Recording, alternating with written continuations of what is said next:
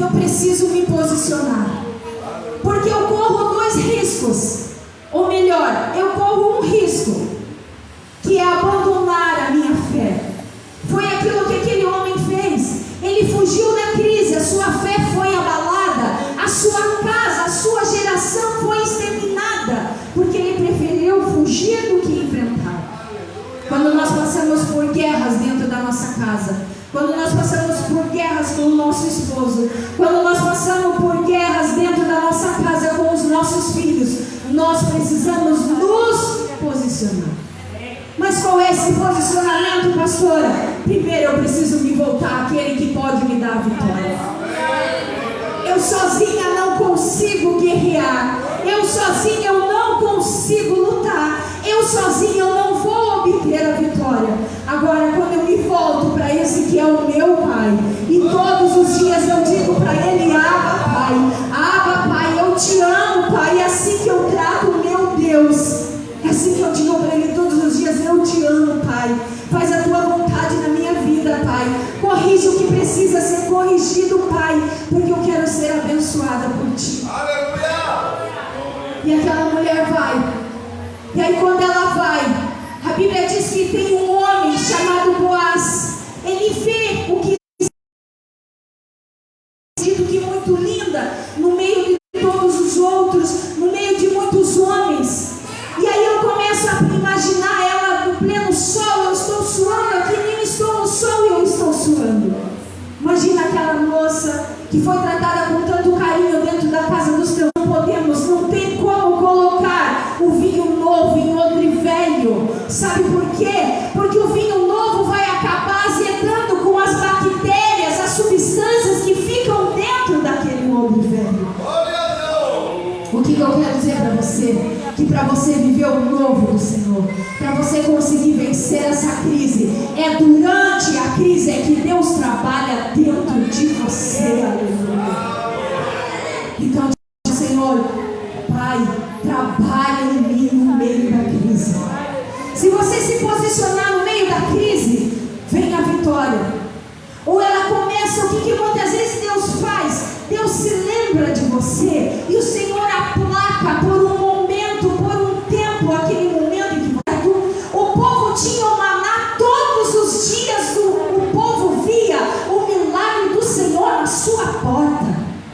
Eles saíam para fora da tenda, o milagre do Senhor estava ali todos os dias.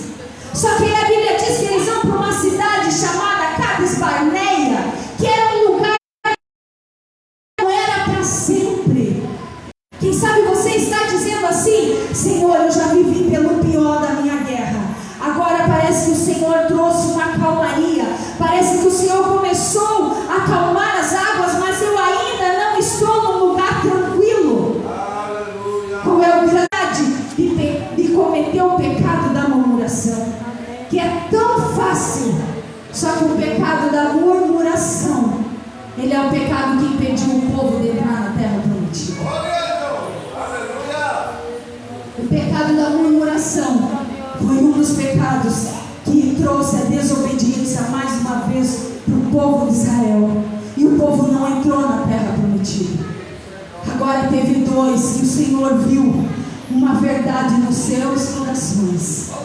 O Senhor viu no coração de dois homens, Josué e Caleb, um coração puro, um coração voltado ao Senhor, um coração que não se deixou ser levado. Sabe por quê? E você sabe por quê que o povo começou a murmurar? É porque o povo começou a ouvir os outros espias que tinham vindo da terra, contando que naquela terra havia gigantes. Eles não esperaram os outros dois que vinham com toda a verdade. Eles primeiro começaram a ouvir aquele povo, e aí eles começaram a murmurar de lá para trazer aqui, para morrer nas mãos de gigantes. Só que vocês vão ver que tem dois que perseveraram.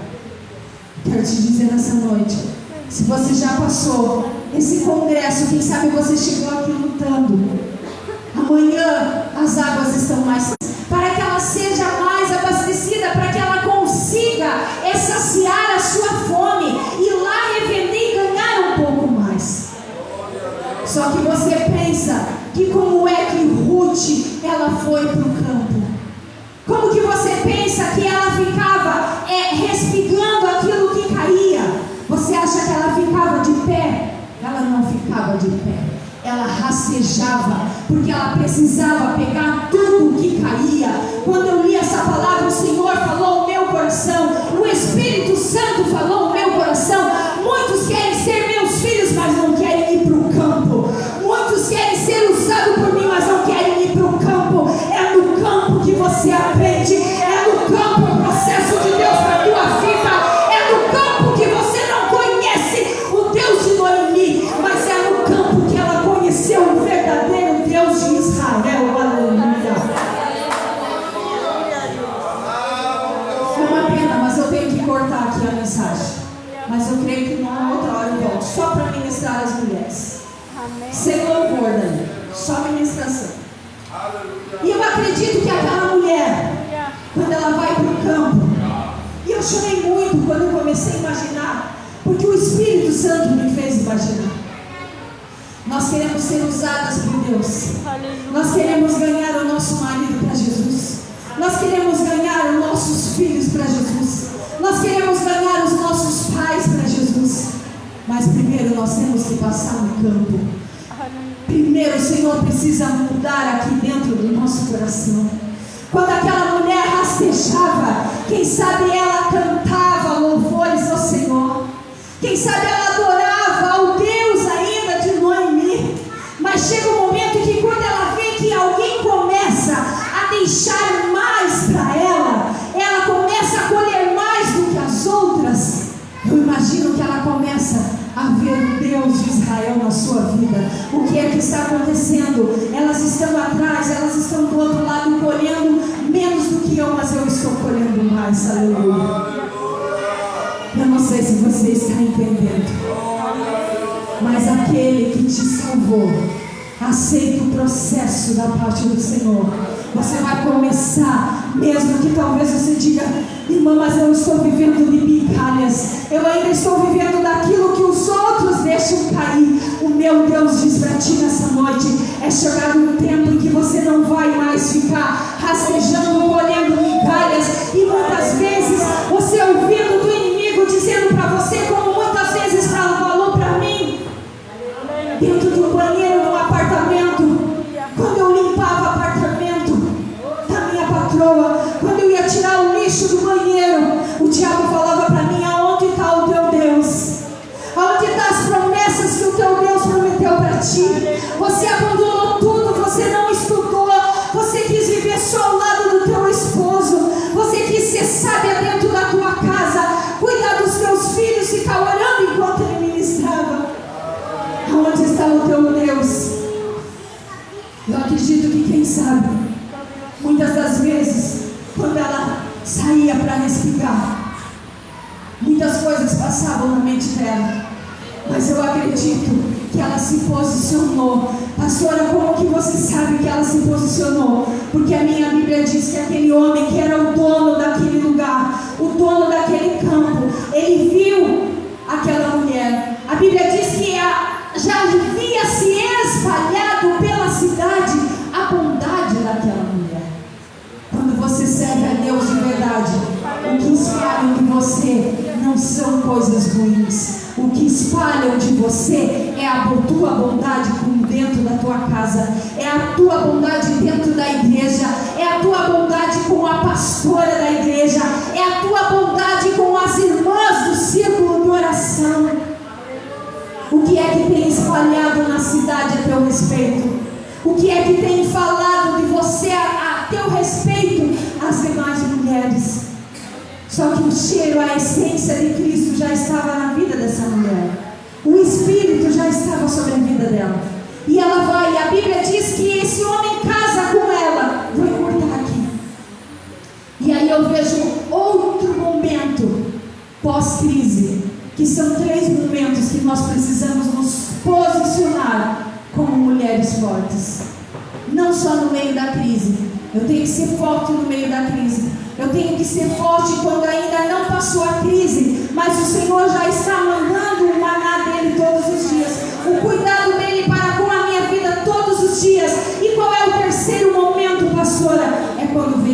bonança. Porque muitos se posicionam na crise, mas quando vem a bonança, esquecem do Senhor. Muitos no momento da euforia, Senhor, eu vou dar para ti tal coisa se o Senhor responder a minha oração.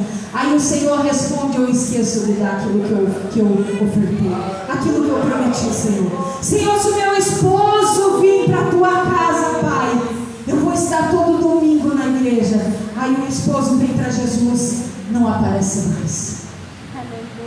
Senhor, se o Senhor me der um carro, eu vou arrebanhar todos os irmãos e eu vou dar carona para todo mundo. Aí Jesus te dá o carro, você estaciona lá do outro lado para os irmãos nem chegar perto do teu carro. Eu preciso ter cuidado quando eu chegar no momento da bonança, porque quando eu chego no momento da bonança, eu preciso permanecer posicionada, eu preciso permanecer forte. Por quê? Porque se eu não permanecer forte, a minha geração vai ser também abalada.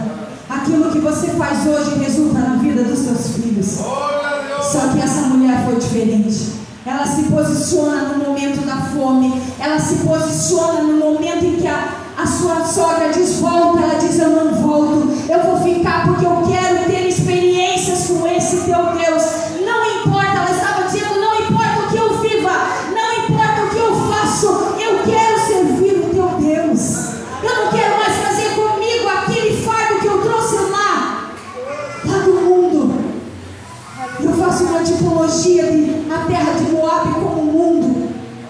Não queira trazer do mundo aquilo que você tem que deixar lá, mas quando você vem para a casa do Senhor, seja transformada. Só que o Senhor só nos transforma quando nós formos para o campo, quando nós formos para a batalha, quando nós deixamos o Espírito Santo do Senhor trabalhar no nosso interior, porque primeiro Ele começa mudando o meu coração. Aleluia. Só que essa mulher se posiciona e ela casa. A Bíblia diz que ela casa com aquele homem e ela continua posicionada. Aquela mulher, ela não voltou mais atrás, ela continuou seguindo o Deus de Israel e ela continuou sendo uma mulher forte em todos os momentos da sua vida. Pastora, mas como que você pode provar que essa mulher continuou forte, posicionada e crente até o fim?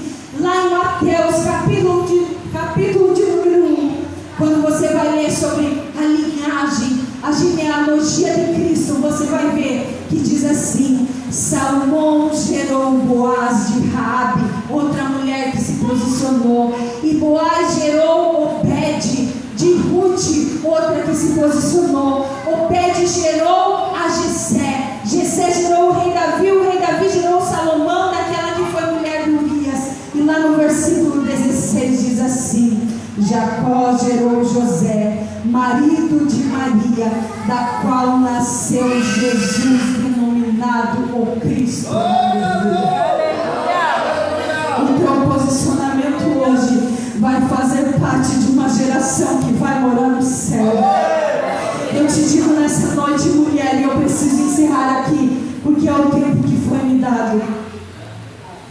O teu posicionamento hoje vai resultar na tua geração. Amém. Quando você vê, quando fala de Raabe, quem foi Raabe? Raabe foi a prostituta que se posicionou num tempo de crise. Estava vendo guerra, ela escondeu, ela foi corajosa, ela pegou aqueles homens e disse: não, vocês são servos de Deus, eu escutei o que está fazendo, o que o Deus de vocês está fazendo, e eu quero esse Deus para a minha vida. Mas tem uma coisa, eu escondo vocês, mas eu quero a salvação de toda a minha casa. A Bíblia diz que ela não pensou só nela, mas ela disse: eu quero a salvação de toda a minha casa. Ninguém deles poderia morrer, e eles fazem uma aliança, e aí ele diz assim para ela: pode confiar na nossa palavra. Era uma aliança que fizeram, só que tem que ter esse pano escarlate, esse pano vermelho.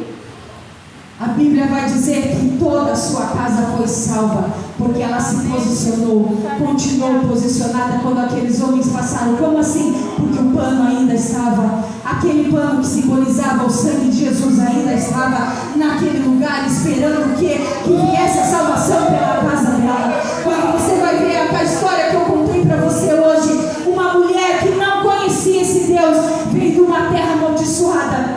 mas ela escolheu servir a Deus. Servir a Deus é uma escolha. A Bíblia diz que muitos são chamados, mas poucos escolhidos, porque o ser escolhido é diferente de eu ser chamado. Você pode ser chamado para trabalhar numa empresa, mas se te chamam, mas você só é escolhido depois que eles fazem uma entrevista com você. Se coloque de pé nessa noite.